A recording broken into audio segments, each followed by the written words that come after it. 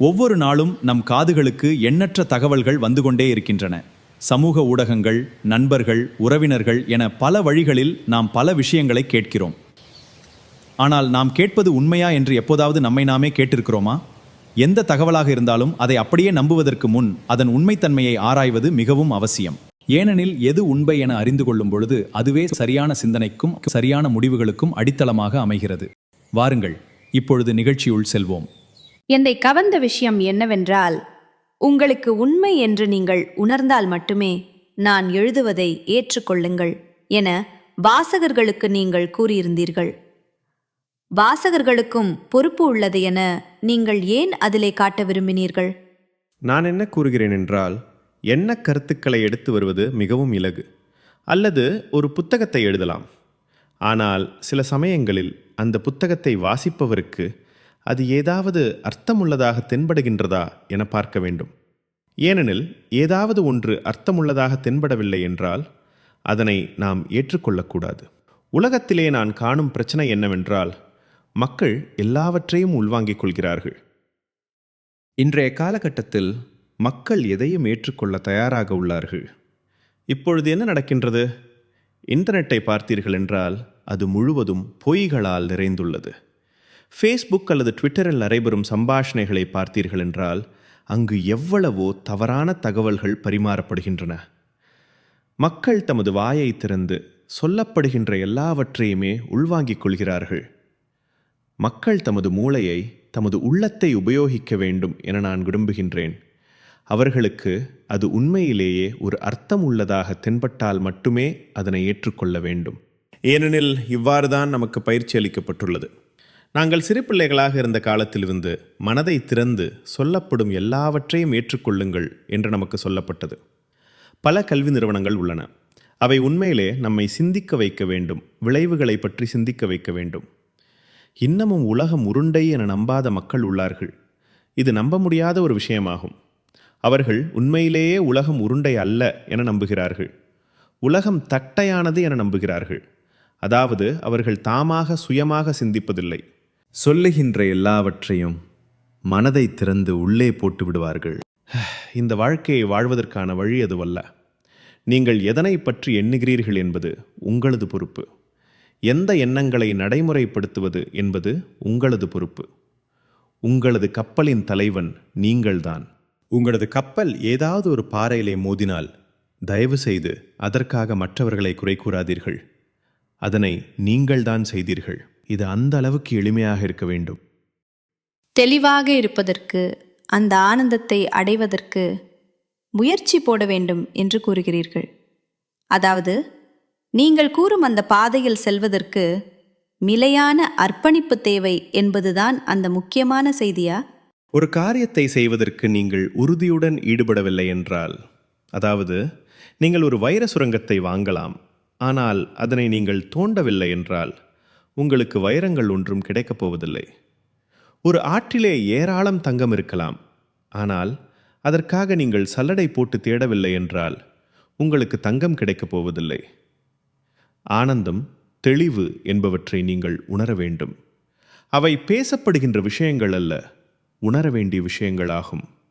நீங்கள் உங்களின் உள்ளே தோண்டினால் மட்டும்தான் அவற்றை உணர முடியும்.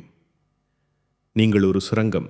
நீங்கள் அதனை உபயோகிக்காவிட்டால் நீங்கள் அதிலிருந்து ஒரு பலனையும் பெறமாட்டீர்கள். இந்த அமைதி என்னும் பாதையிலே குடும்பங்களின் பங்கு என்ன? சாதாரணமாக ஒரு குடும்பம் எவ்வாறு பங்களிப்பு செய்ய முடியும்? அவர்கள் வல்லமை பொருந்திய நண்பர்களாக இருக்கலாம், அல்லது வல்லமை நிறைந்த எதிரிகளாக இருக்கலாம். அவர்கள் வல்லமை பொருந்திய நண்பர்களாக இருந்தால் மிகவும் நல்லது. ஏனெனில் அமைதிக்கான பயணம் மிகவும் விசித்திரமானதாகும். இது மீண்டும் வீட்டிற்கு வருவது போன்றது. வீட்டை விட்டு தூர செல்வது போன்றது அல்ல, மீளவும் வீட்டிற்கு வருவது போன்றது, உங்களிடம் வருவது போன்றது. நாங்கள் நித்திரை கொள்ள, உணவு உண்ண மற்றும் ஓய்வு எடுப்பதற்கு வீட்டுக்கு செல்கிறோம். ஏதாவது முக்கியமான காரியங்களை செய்ய வேண்டுமென்றால் நாங்கள் வீட்டை விட்டு வெளியே செல்வோம். ஆனால் இப்பொழுது உங்களுக்கு அமைதி தேவை என்றால் மீண்டும் வீட்டிற்கு வர வேண்டும். நீங்கள்தான் அந்த வீடு. இந்த பாதையிலே எவ்வளவு நண்பர்களை நீங்கள் வைத்திருக்கிறீர்களோ அவ்வளவிற்கு நல்லது. ஏனெனில் நீங்கள் செய்வதை அதிக மக்கள் புரிந்து கொள்ள மாட்டார்கள். அதனாலே உங்களுக்கு நண்பர்கள் தேவை. அவ்வாறு இருக்க முடிந்தால் குடும்பம் உங்களது கூட்டணியாக இருக்க வேண்டும். உங்களால் உங்களுடன் இருக்க முடியாதுள்ளது, ஆனால் மற்றவர்கள் எல்லோருடனும் உங்களாலே பழக முடிகிறதென்றால் உங்களுக்கு ஒரு பிரச்சனை உள்ளது.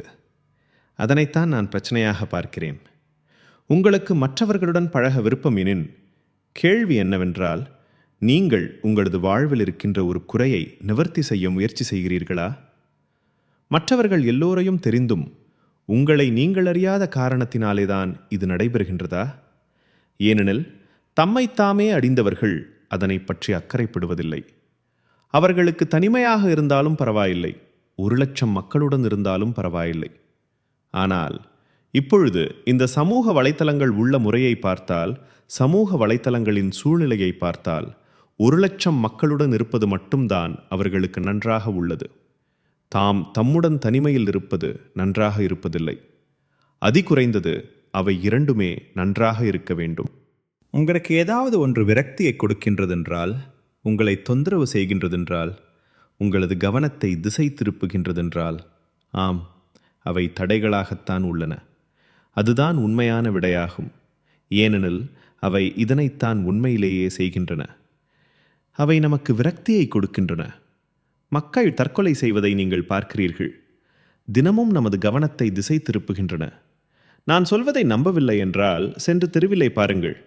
எல்லோரும் அங்கு தலையை குனிந்த வண்ணம் நடந்து கொண்டிருக்கின்றார்கள். வாழ்க்கையே மறந்த வண்ணம் சென்று கொண்டிருக்கின்றார்கள். உங்களிடம் இருக்கும் இந்த நேரம் மிகவும் மட்டுப்படுத்தப்பட்டதாகும். நீங்கள் 100 வருடம் வாழ்ந்தாலும் அவை 36,500 நாட்கள் மட்டும்தான். கேள்வி என்னவென்றால், நீங்கள் எவ்வளவு தூரம் உங்களது கவனத்தை சிதறவிட முடியும் என்பதுதான். எவ்வளவு நேரம் உங்களது கவனத்தை சிதறவிட முடியும் என்பதுதான். நீங்கள் ஒரு காரை ஓட்டிக்கொண்டிருக்கின்றீர்கள் என வைத்துக்கொள்வோம். அதுவே விரைவாக போய்கொண்டிருக்கின்றது. 1 செகண்ட் இடப்பக்கம் பார்க்கலாம், 1 செகண்ட் வலப்பக்கம் பார்க்கலாம். ஆனால் மீண்டும் நேரே பார்க்க ஆரம்பிக்க வேண்டும். ஆனால் பின்னே பார்த்து கொண்டு முன்னே ஓட்டிச் சென்று கொண்டிருந்தால் அது பெரிய ஆபத்தில் தான் முடியும். அதனை பற்றி தான் நான் பேசுகிறேன். எல்லோரும் நீங்கள் இவைகள் எல்லாவற்றையும் விட்டுவிட வேண்டுமா என கேட்பார்கள். நான் இல்லை என கூறுகின்றேன். இல்லை, இல்லை. நீங்கள் உங்களது குடும்பத்தை விட்டுவிட தேவையில்லை. உங்களது வேலையை விட்டுவிட தேவையில்லை. இந்த விஷயங்களை நீங்கள் விட்டுவிட தேவையில்லை. அதே நேரம் நீங்கள் அமைதியையும் அனுபவம் செய்ய முடியும். ஏனெனில் நான் கூறும் அமைதி ஏற்கனவே உங்களின் உள்ளே உள்ளது. அதனை உருவாக்க தேவையில்லை. ஆனால் நீங்கள் ஒரு மனிதர் என்ற ரீதியிலே நீங்கள் உங்களது வாழ்க்கையின் மேலே எவ்வாறான கவனத்தை செலுத்துகிறீர்கள்? என்னால் சொல்லக்கூடியதெல்லாம் என்னவென்றால், 2 விதமான மக்கள் உள்ளார்கள். ஒரு விதமான மக்கள் சவால்கள் நிறைந்த நேரத்திலே அடுத்த அடியை எடுத்து வைக்கிறார்கள். மற்றவர்கள் சவால்கள் நிறைந்த நேரத்திலே பின்வாங்குகிறார்கள். நாங்கள் யார்? இத்தாலியர்களாக அல்ல, இந்தியர்களாக அல்ல, அமெரிக்கர்களாக அல்ல, இந்த உலகில் வாழ்கின்ற மனிதர்கள் என்ற ரீதியிலே நாங்கள் எவ்வாறான மக்களாக இருக்க விரும்புகிறோம்? நாங்கள் பின்வாங்கி போகின்றோமா? அல்லது நம்ப முடியாத அளவு சவால்கள் நிறைந்த நேரத்திலும் நமது நல்லவற்றை வெளிக்கொணரப் போகின்றோமா? இந்த தெரிவுகளைத்தான் நாங்கள் எடுக்க வேண்டும். பெரும் தொற்றுநோய் நடைபெற்ற காலத்தில் மட்டுமல்ல, தினமும் எடுக்க வேண்டும்.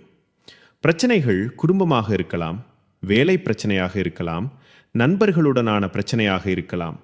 சவால்கள் வரத்தான் போகின்றன. அந்த சவால்களை ஏற்று முன்னோக்கி செல்ல போகின்றீர்களா அல்லது பின்வாங்க போகிறீர்களா? தெரிவு உங்களுடையது.